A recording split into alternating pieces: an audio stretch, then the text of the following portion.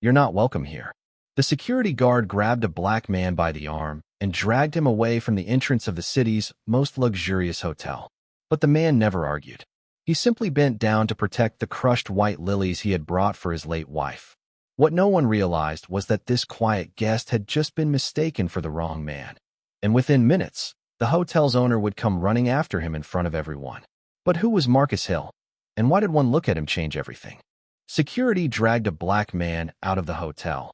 Until the owner ran after him, Marcus Hill had spent his entire life believing that dignity was something no one could take unless you surrendered it yourself.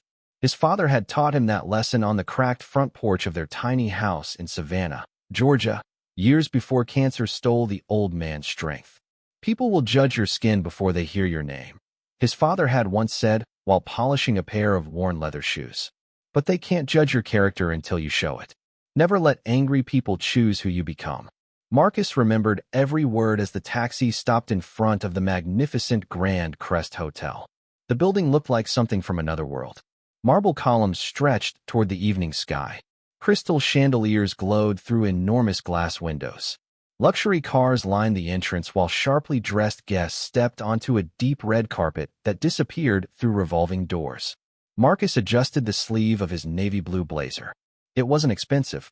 He had bought it 5 years earlier for his daughter's college graduation.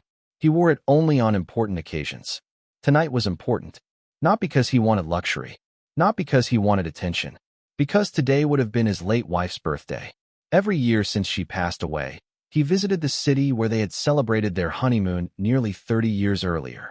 Every year, he stayed in the same hotel. The Grand Crest. Only one night.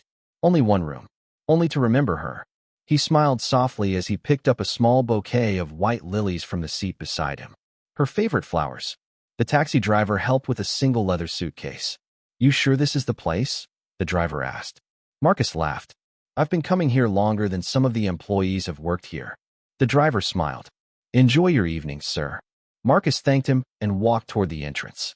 He never noticed the security guard watching him. Or rather, staring at him. Security Officer Blake Turner folded his arms. The hotel hosted politicians, celebrities, and billionaires every week. He believed he had developed an instinct for spotting trouble, and according to his own unfair assumptions, Marcus looked like trouble. Blake stepped directly into Marcus's path. "Can I help you?" Marcus smiled politely. "I have a reservation." "Name?" "Marcus Hill." Blake didn't check a list. Instead, his eyes drifted slowly over Marcus's clothes, his suitcase, and finally the bouquet in his hand. "You staying here?" "Yes." Blake gave a short laugh. "I think you're mistaken." Marcus blinked. "I don't believe I am. This hotel isn't open to the public." Marcus remained calm. "I understand. That's why I made a reservation." Several guests walking past slowed their pace. A young couple exchanged uncomfortable glances. Marcus reached into his jacket. Before he could remove his wallet, Blake grabbed his wrist. "I didn't ask you to reach for anything." Marcus froze. "I was getting my identification." "You can do that after we figure out why you're standing here." "I'm standing here because I'm checking into my room." Blake leaned closer. "Listen carefully. This isn't a shelter." The words landed harder than any shove could have. People nearby heard them. Nobody spoke. Marcus slowly withdrew his hand. "I've done nothing wrong." "Then you won't mind leaving." "I paid for my reservation." "Not my problem." Marcus looked toward the front desk through the glass entrance. He recognized the lobby. The same piano. The same staircase. Different faces. But the same memories. "I'd simply like to speak with the receptionist." Blake shook his head. "You aren't going inside." Marcus inhaled deeply. His father's voice echoed in his mind. "Don't let angry people choose who you become." "I'll wait." "No."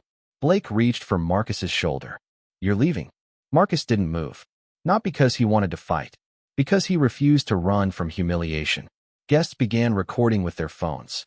Someone whispered, "This is getting ugly." Blake interpreted Marcus's silence as resistance. Without warning, he grabbed Marcus's arm. Hard. The bouquet slipped from Marcus's fingers.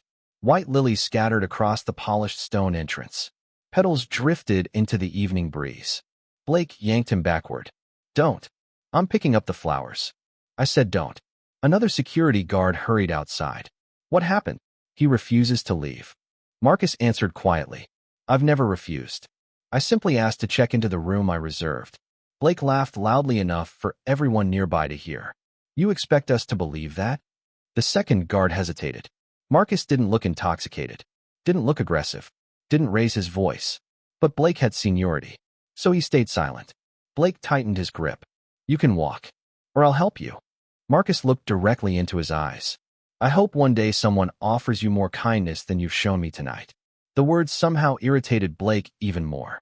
Instead of answering, he shoved Marcus toward the sidewalk. Marcus stumbled. His suitcase fell open.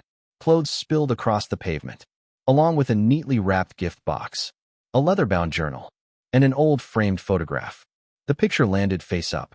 A smiling young couple stood in front of the Grand Crest Hotel almost 30 years earlier. Marcus and his wife. Some people noticed. Nobody said anything. Marcus knelt slowly, carefully collecting each item. He brushed dirt from the frame before placing it back inside. Then he gathered every crushed lily, even the broken ones. Not once did he complain. Not once did he shout. Not once did he accuse anyone. When everything had been packed away, he quietly picked up his suitcase. I wish all of you a peaceful evening. He turned and walked away. No dramatic speech. No threats. No anger. Only silence. Inside the hotel lobby, Emily Carter, the newly promoted guest relations manager, had witnessed the final moments through the security cameras. Something didn't feel right. She replayed the footage. Again, Marcus never raised his hands, never shouted, never resisted. Yet he'd been treated like a criminal. She hurried to the reception desk. Did we have a reservation for Marcus Hill? The receptionist typed quickly. Her expression changed. Yes. Actually, he reserved the Presidential Heritage Suite. Emily frowned. The Heritage Suite? Yes. And it's fully prepaid. Emily's heart skipped. Who made the reservation? The receptionist clicked another screen. Her eyes widened. Oh, what? It wasn't booked through the website. It came directly from the owner's office. Emily looked up. The owner's office. There's a note. She read aloud. Mr. Marcus Hill is our honored returning guest. Ensure every request is fulfilled personally. Notify ownership immediately upon arrival. Emily felt her stomach tighten. When was that note added? Years ago. Before she could ask another question, the elevator doors opened. Richard Whitmore stepped into the lobby. The 72-year-old owner of the Grand Crest Hotel had just returned unexpectedly from a business meeting across town. He noticed the tension immediately. What happened? Nobody answered. Emily swallowed. Sir, I think we've made a terrible mistake. Richard Whitmore's expression hardened. What kind of mistake? Emily took a slow breath. Security removed a guest from the property. Richard nodded impatiently. That happens. This guest was Mr. Marcus Hill. Silence. The color drained from Richard's face. What did you say? Marcus Hill, sir. Richard stared at her. For a long moment, he didn't move. Then, almost in a whisper, he asked, Where is he? Emily pointed toward the entrance. He just left. Richard turned sharply toward the security desk. Who touched him? Blake stepped forward, still confident. I handled the situation, sir. You? Yes. I believed he was trespassing. Richard walked closer until they stood only inches apart. Did you ask for his reservation? No. Did you check his identification? No. Did you speak with the front desk? No, sir. Did he threaten anyone? No. Did he yell? No. Did he resist? No. Each answer made the lobby quieter.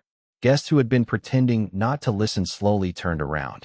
Richard's voice became frighteningly calm. So you physically removed a peaceful man from my hotel, without verifying a single fact? Blake swallowed. I was protecting the guests. Richard shook his head. No, you were protecting your assumptions. The words echoed through the marble lobby. Richard looked toward Emily. Get my car. Emily blinked. Sir. Now. Within seconds, the hotel's black luxury sedan was waiting outside. Richard ignored the chauffeur. He climbed behind the wheel himself. As he accelerated into the evening traffic, memories flooded his mind. 30 years earlier, the Grand Crest had been struggling. Banks refused another loan. Investors had disappeared. Construction had stopped halfway through. Richard had been preparing to sell everything. Then one afternoon, a young maintenance contractor had walked into his office carrying blueprints under one arm and lunch in a paper bag under the other. That young man was Marcus Hill. Richard still remembered the conversation. I hear you're shutting the project down. Marcus had said. I don't have a choice. You don't have enough workers? I don't have enough money. Marcus had looked around the unfinished building. It deserves to live. Richard smiled bitterly. Dreams don't pay contractors. Marcus surprised him. My company will finish the emergency structural work. Richard frowned. I can't pay you. I know. Then why would you do it? Marcus simply shrugged. Because if this building collapses, 200 families lose future jobs. Richard had never forgotten that answer. Marcus had spent 6 weeks leading volunteers. Some worked without wages. Some donated equipment. Some supplied materials at cost. Not because of contracts. Because Marcus convinced them that helping people mattered more than immediate profit. The Grand Crest survived. Years later, it became one of the finest hotels in America. Richard had tried to repay Marcus many times. Marcus refused every check. I didn't save a hotel, he always said. I helped people keep their future. Eventually, Richard created a permanent reservation in Marcus's name. Every anniversary of Marcus and his wife's honeymoon, the Heritage Suite remained reserved. Free of charge. No exceptions. Not because Marcus asked. Because Richard insisted. Now, the man who had quietly helped build his dream had been dragged across the front entrance like a criminal. Richard gripped the steering wheel tighter. Please don't be gone. Meanwhile, Marcus walked several blocks without looking back. The lilies were crushed, their stems broken. He stopped beside a small public park where an old fountain splashed softly beneath oak trees. He sat on a weathered bench, carefully straightening each flower. Some petals had fallen away completely. He smiled sadly. Claire would still think they're beautiful. He placed the bouquet beside the framed photograph. The picture showed Claire laughing as wind blew through her hair. She had insisted on taking the photo outside the Grand Crest because she believed ordinary moments became priceless memories. Marcus touched the edge of the frame. I tried, sweetheart. I really did. His voice cracked for the first time that evening. Not because strangers had embarrassed him. Because he wished she had never experienced the world that judged people before knowing them. A little girl chasing pigeons stopped nearby. She couldn't have been older than 7. She noticed the damaged flowers. Mister. Marcus smiled gently. Yes. Your flowers are hurt. They are. She thought carefully. My grandma says flowers still smell pretty even when they're broken. Marcus laughed softly. Your grandma sounds very wise. The little girl reached into her backpack. She pulled out a blue ribbon. You can tie them together. They won't fall apart. Marcus hesitated. I couldn't take that. I have another one. She handed him the ribbon anyway. Her mother hurried over. I'm so sorry if she's bothering you. Marcus stood. Not at all. She just made my evening better. Together they tied the bouquet. The lilies looked imperfect, but somehow more meaningful. The mother smiled politely before leading her daughter away. The little girl waved. Happy birthday to your flowers. Marcus smiled through misty eyes. Thank you. At that exact moment, Richard's black sedan turned onto the street. He spotted Marcus immediately. Without thinking, he slammed on the brakes in the middle of traffic. Car horns exploded behind him. Richard jumped out before the vehicle had fully stopped. Marcus. Marcus looked up. For a second, he didn't recognize the older man running toward him. Then realization dawned. Richard. The hotel owner reached him, breathing heavily. I'm so sorry. Marcus frowned. What happened? Richard looked at the crushed flowers. The worn suitcase. The tired expression Marcus was trying so hard to hide. Then he saw the blue ribbon around the bouquet. He lowered his head. His voice trembled. They told me what happened. Marcus answered quietly. It was unfortunate. Richard shook his head. No. It was unforgivable. Before Marcus could respond, Richard did something no one on that busy street expected. The billionaire owner of the Grand Crest Hotel removed his expensive suit jacket, set it carefully on the bench, and apologized with tears in his eyes. Richard lowered his head.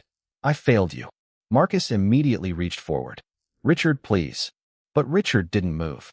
For nearly 10 seconds, he simply stood there, his head bowed before the man who had once helped save everything he owned. Pedestrians slowed.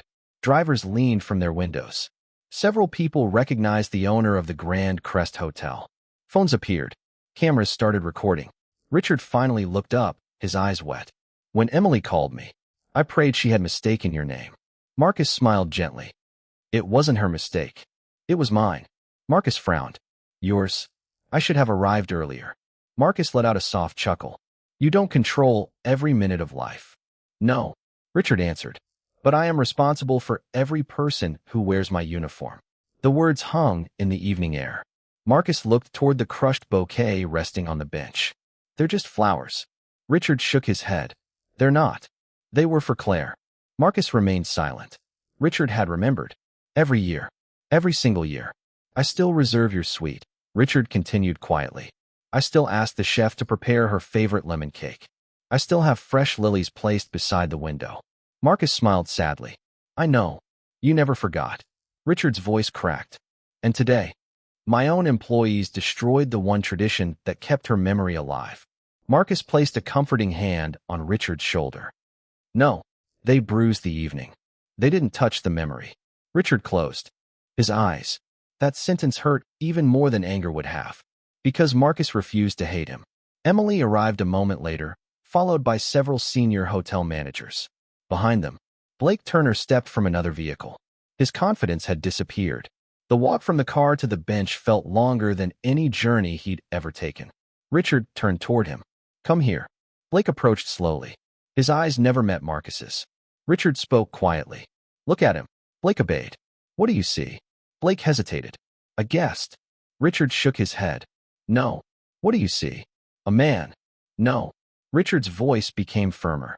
What do you actually see? Blake finally looked directly at Marcus. He noticed the careful way Marcus held the broken flowers. The worn leather suitcase that had clearly traveled for years. The framed photograph tucked safely beneath one arm. The sadness hidden behind kind eyes. For the first time, he truly looked. Not at Marcus's skin. Not at his clothes. At the human being standing in front of him. I see someone I judged. Richard nodded. Keep going. I assumed he didn't belong. You assumed? Blake swallowed. I decided. Marcus remained silent. Blake's voice grew weaker. I never asked his name. I never checked the reservation. I never gave him the chance to speak. Richard asked one final question. Why? Blake couldn't answer. Not honestly. Every excuse sounded hollow now. Training. Instinct. Experience. None of them explained what had really happened. Finally he whispered, I believed what I saw. Marcus answered for the first time. No. You believed what you expected to see. Blake felt those words strike harder than any accusation. Because they were true. Marcus hadn't embarrassed him. Marcus had simply described him. A long silence followed. Finally Blake spoke. I've apologized before. To people. At work. But tonight. I don't think I've ever been more ashamed. Marcus looked at him carefully. Shame only matters if it changes you. Blake slowly nodded. It already has. Richard turned toward his management team. Effective immediately. Blake lowered his head. He expected to hear the words. You're fired. Instead, Richard paused. Then looked back at Marcus. This decision belongs to the man we wronged. Everyone stared. Marcus looked surprised. No. Richard nodded. Yes. If anyone decides what happens next, it should be you. Marcus remained quiet for nearly half a minute. Traffic continued moving. The fountain splashed softly behind them. Finally, Marcus spoke. When my father taught me about dignity, he also taught me something else. Richard waited. He said punishment can stop bad behavior, but understanding changes hearts. Marcus looked directly at Blake. If losing your job teaches you fear, you'll become careful. But if keeping your job teaches you compassion, you might become someone who protects people instead of judging them. Blake's eyes filled with tears. Marcus continued. I don't want revenge. I want change. Richard studied Marcus for several seconds, then slowly nodded. Done. He turned toward Blake. You will remain employed. Blake looked up in disbelief. But, Richard raised one finger. You will never wear a security badge again until you've earned the trust that comes with it. You'll spend the next year working in guest services. Not protecting people from guests, but serving guests. You'll greet every person who walks through our doors. You'll learn every name you can. You'll hear every story. And every month, you'll attend community outreach programs sponsored by this hotel. No exceptions. Blake nodded immediately. Yes, sir. Richard added. If I ever hear that you've judged another person before knowing them, you won't receive a second chance. I understand. Blake turned toward Marcus. I don't deserve your forgiveness. Marcus smiled softly.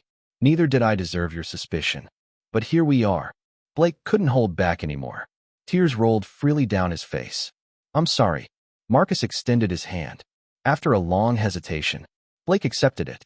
It wasn't the handshake of friends. It was the handshake of a man deciding to become better. The small crowd that had gathered began clapping, quietly at first, then louder, not because someone had won, but because bitterness hadn't. Richard picked up Marcus's suitcase himself. Emily carried the bouquet with extraordinary care. One of the hotel chauffeurs carefully held the framed photograph against his chest as though it were priceless. Perhaps it was. Together they walked back toward the Grand Crest Hotel. This time, the revolving doors opened before Marcus reached them. Every employee standing in the lobby had formed two silent lines. Housekeepers, receptionists, bellhops, managers, chefs, maintenance workers. Nearly 80 people. No speeches, no publicity, just respect. As Marcus entered, every employee applauded. Not loudly, not dramatically, simply long enough for him to know he belonged. Richard walked beside him. "I can't erase what happened." Marcus nodded. "No, but together." Richard smiled faintly. "We can decide what happens next." When the elevator doors opened to the Heritage Suite, Marcus stopped. The room looked exactly as it had every year. Fresh white lilies stood beside the window. A small lemon cake rested on the dining table. Next to it was a handwritten card. It read, "Welcome home, Marcus. Thank you for reminding us that true class is measured not by wealth, but by character." Marcus stood silently for a long time. Then he looked out over the city lights and whispered the words he wished Claire could hear. "We made it back." And somewhere beyond the window, as the evening settled peacefully over the city, the lesson that began with prejudice ended with something far stronger. A person's dignity can be challenged. Their kindness can be tested. Their patience can be exhausted. But when someone chooses compassion over revenge, they don't just change one life. Sometimes, they change an entire institution. Years later, every new employee at the Grand Crest Hotel would learn about a simple blue ribbon tied around a bouquet of broken lilies. Not because it marked the day a man was humiliated, but because it marked the day a hotel finally learned to see people before appearances, and the day justice arrived, not through anger, but through grace. The applause faded, but the silence that followed carried far more meaning. Marcus stood by the window of the Heritage Suite, looking down at the glowing streets below. For years, this city had been a place of memories, some joyful, some painful. Tonight, it had become something else entirely. It had become proof that a single moment could reveal the true character of everyone involved. Emily quietly knocked on the open door. "Mr. Hill." Marcus turned with a warm smile. "Please, call me Marcus." She nodded. "Marcus, the kitchen wanted to know if you'd like dinner sent up." He glanced at the small lemon cake sitting on the table. "I think Claire would scold me if I skipped dessert." Emily laughed for the first time that evening. "I've heard she loved lemon cake." She did. Emily hesitated before speaking again. "I also wanted to thank you." Marcus looked puzzled. "For what?" "For showing all of us that strength doesn't always look like fighting." Marcus looked down at his hands. "When I was younger, I thought strength meant winning arguments. And now I think strength is walking away without losing yourself." Emily smiled. "I'll remember that." She quietly closed the door behind her. Meanwhile, downstairs, the atmosphere inside the hotel had completely changed. No one returned to work as though nothing had happened. Instead, employees gathered in the ballroom at Richard Whitmore's request. Nearly 100 staff members stood silently. Housekeepers, chefs, receptionists, bellhops, security officers, managers. Richard stepped onto the small stage without notes. Without a microphone, he simply spoke. "Tonight, our guest taught us more about hospitality than any training manual ever could." No one moved. "I built this hotel with marble. My architects designed beautiful rooms. My chefs earned awards. But none of those things matter if one innocent person leaves feeling unwelcome." He looked directly at every employee. "Our business is not luxury. Our business is dignity." He paused. "If we forget that, we deserve to fail." The room remained silent. Richard continued. "Beginning tomorrow, every employee, including me, will complete a new hospitality program." Several managers exchanged surprised looks. Richard noticed. Not because corporate policy requires it, because humanity requires it. He turned toward Blake. "Officer Turner, Blake slowly stood. Richard didn't embarrass him. Instead, he invited him onto the stage. Blake looked terrified. Richard handed him the microphone. "I want everyone here to hear something." Blake stared at the crowd. For several seconds, he couldn't speak. Finally, "My name is Blake Turner. I've worked security for 11 years. I believed experience made me good at my job." He swallowed. "But tonight, I confused suspicion with wisdom." His voice shook. "I judged a man before I knew his name. I embarrassed him. I embarrassed this hotel. And I embarrassed myself." The room remained completely still. "I can't erase what I did, but I promise every person here, I'll spend the rest of my career making sure no one else experiences what Marcus experienced." He lowered the microphone. No applause followed. Only respectful silence. Sometimes silence carried more honor than clapping ever could. The next morning, news had already spread across social media. Videos showed a black man being removed from an expensive hotel. Another video showed the hotel's elderly owner running after him in the middle of traffic. Millions watched. Millions commented. Some criticized. Some praised. Most asked the same question. Who is Marcus Hill? Reporters quickly searched public records. What they found surprised everyone. Marcus wasn't a celebrity. He wasn't an athlete. He wasn't a politician. He wasn't a billionaire. He owned a modest construction company employing fewer than 60 people. Former employees described him the same way. He paid us before he paid himself. He visited workers in hospitals. He never forgot birthdays. He gave scholarships to employees' children. He repaired veterans' homes for free. He donated anonymously. No scandals. No lawsuits. No headlines. Just decades of quiet kindness. By noon, television stations were calling the hotel asking for interviews. Richard declined every request. "We're not turning Marcus's pain into marketing." Instead, he issued one short statement. "We failed one of our most valued guests. We accept full responsibility. Real apologies are measured by actions, not press releases." The statement spread across the country. Hospital associations praised it.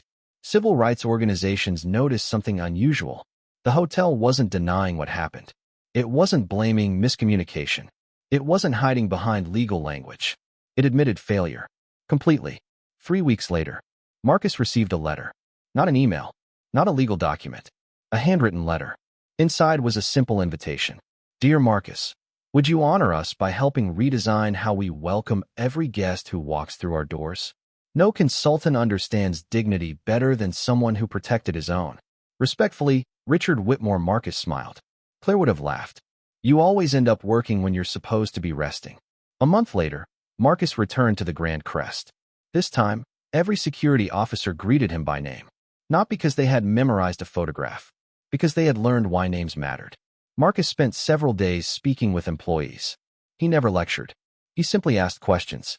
What makes someone feel invisible? When was the last time a stranger made you feel welcome?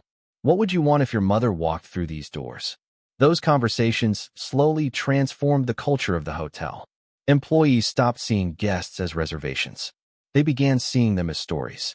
1 year later, a young black college student walked nervously toward the entrance carrying an old backpack. He had arrived for a scholarship interview. Before he reached the door, a security officer stepped toward him. The student's shoulders tensed. Then the officer smiled. "Good morning. My name is Blake. Welcome to the Grand Crest. May I help you find where you're going?" The student smiled with visible relief. "Yes, please." Blake carried his backpack inside. As they disappeared into the lobby, Richard watched from his office window. Emily stood beside him. Richard smiled quietly. "Looks like Marcus was right." Emily nodded. "Punishment changes behavior." Richard finished the sentence. "But compassion changes people." Downstairs, near the front entrance, a small glass display had been installed. Inside rested an ordinary blue ribbon. Beside it lay a framed photograph of a bouquet of repaired white lilies. The plaque beneath read, "In honor of the guest who reminded us that true hospitality begins long before check-in. Every person deserves to be welcomed with dignity." Thousands of guests walked past that display every year. Most never knew the full story, but every employee did. And every new hire heard the same lesson on their first day. Never decide who belongs before you've learned their name. Because the greatest luxury a hotel could ever offer wasn't marble floors, or crystal chandeliers, or presidential suites. It was making every human being feel that they belonged. And that was the legacy Marcus Hill left behind, not through wealth or power, but through the quiet courage to answer hatred with grace and humiliation with unwavering dignity. Epilogue 5 years later. The Grand Crest Hotel looked much the same from the outside. The marble columns still gleamed in the morning sun. Luxury cars still pulled beneath the elegant entrance. Crystal chandeliers still sparkled through the enormous windows. But inside, everything had changed. Every employee, from the newest bellhop to the executive managers, began each shift with the same simple reminder printed above the staff entrance. See the person before you see the appearance. The sentence wasn't written by a marketing agency. It wasn't invented by a consultant. It came from Marcus Hill. The words had become the soul of the hotel. On a warm spring afternoon, Richard Whitmore walked slowly through the lobby with the help of a polished wooden cane. Age had finally begun catching up with him. His hair had turned completely white. His steps had become slower. But every afternoon, he still greeted guests personally. As he reached the entrance, he noticed a young receptionist nervously checking in an elderly woman wearing faded clothes and carrying 2 worn grocery bags. Several expensive guests stood waiting behind her. The receptionist smiled warmly. "Take your time, ma'am. There is absolutely no rush." Richard quietly watched. The young employee carried the woman's bags herself. She offered her water. She patiently explained every detail. Not once did she look annoyed. Not once did she judge. Richard smiled. Marcus would have been proud. Later that evening, Richard entered his office and opened the top drawer of his desk. Inside rested the old photograph of Marcus and Claire standing in front of the hotel decades earlier. He smiled at it every day. Beside the frame lay another photograph. It showed Marcus holding the bouquet tied together with the little blue ribbon. Richard had never thrown it away. He never would. A soft knock came at the door. Emily stepped inside. "Richard, you have a visitor." Richard looked up hopefully. "Marcus?" Emily smiled. "He said he didn't make a reservation. He just came to say hello." Richard laughed. "That sounds exactly like him." Marcus entered wearing the same navy blazer. It looked even older now. Richard stood and embraced him. "No flowers this year?" Marcus grinned. "I planted lilies in Claire's garden. I thought she'd like that better." Richard nodded. "I think she would." The 2 old friends sat together for nearly an hour. They didn't talk about the incident. They talked about grandchildren, fishing, books, bad knees, good memories. The kinds of conversations only lifelong friends could enjoy. Eventually, Richard became unusually quiet. "Marcus, I've been thinking." Marcus smiled. "That usually means you're about to ask me for something." Richard laughed. "You know me too well. I'd like you to accept something." Marcus sighed playfully. "You know I don't take gifts. This one isn't money." Richard slid a folder across the desk. Marcus opened it. His smile slowly disappeared. Inside was the official paperwork establishing the Claire Hill Hospitality Scholarship. Every year, the Grand Crest Hotel would pay full college tuition for 5 students pursuing careers in hospitality management. Preference would be given to applicants who had overcome hardship while demonstrating kindness toward others. Marcus stared silently at the pages. Richard spoke softly. "People remember buildings. I'd rather they remember people." Marcus looked up. "You named it." "After Claire." Richard nodded. "Because every year you came here, you reminded me what love looks like." Marcus couldn't speak. For several moments, the room remained silent. Finally, he whispered, "She would have cried." Richard smiled. "So am I." The scholarship quickly became one of the most respected hospitality programs in the country. Students didn't just learn management. They learned empathy. During orientation, each recipient visited the small glass display near the hotel entrance. Inside still rested the faded blue ribbon. The plaque had changed slightly.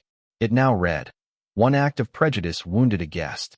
One act of forgiveness transformed an entire institution.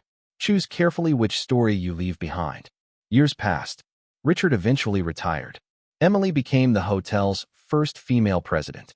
Blake Turner rose through the organization as well, but never returned to security. Instead, he became director of guest experience. Whenever new employees asked why someone with a security background led hospitality training, he always answered the same way. "Because I once forgot what hospitality meant." Then he would tell them about Marcus. Not to shame himself, but to protect others from repeating his mistake. One quiet autumn morning, The hotel flags flew at half-staff. Employees gathered silently in the lobby. News had arrived that Richard Whitmore had passed away peacefully during the night. He was 91 years old. Hundreds attended his memorial service. Business leaders, politicians, employees, former guests. Reporters expected speeches about luxury hotels and successful investments. Instead, Marcus Hill stepped quietly to the podium. His hair was gray now, his movements slower, but his voice remained calm. He looked toward Richard's family, then toward the employees. Finally, he began. Most people believed Richard built a beautiful hotel. He smiled gently. They were wrong. He built a place where people could become better than they were yesterday. Marcus paused. I know, because one day, I watched him run after a stranger. The audience grew silent. He could have protected his reputation. He chose to protect his character. Marcus looked toward the entrance. Buildings don't change the world. People do. And Richard never stopped trying to become one of the good ones. He stepped away from the microphone. There were no dramatic tears, no standing ovation, just quiet respect. Exactly the kind Richard would have wanted. Several months later, a little girl walked through the hotel's front doors holding her father's hand. She noticed the blue ribbon inside the display case. Daddy, why is an old ribbon in a fancy hotel? Her father smiled.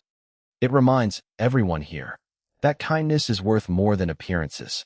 She looked at the ribbon one more time, then nodded thoughtfully. I like that. The father smiled. So do I. As they walked deeper into the Grand Crest Hotel, a young employee opened the door for another guest and said the words every new staff member had learned by heart. Welcome. We're glad you're here. And perhaps that was the greatest ending of all.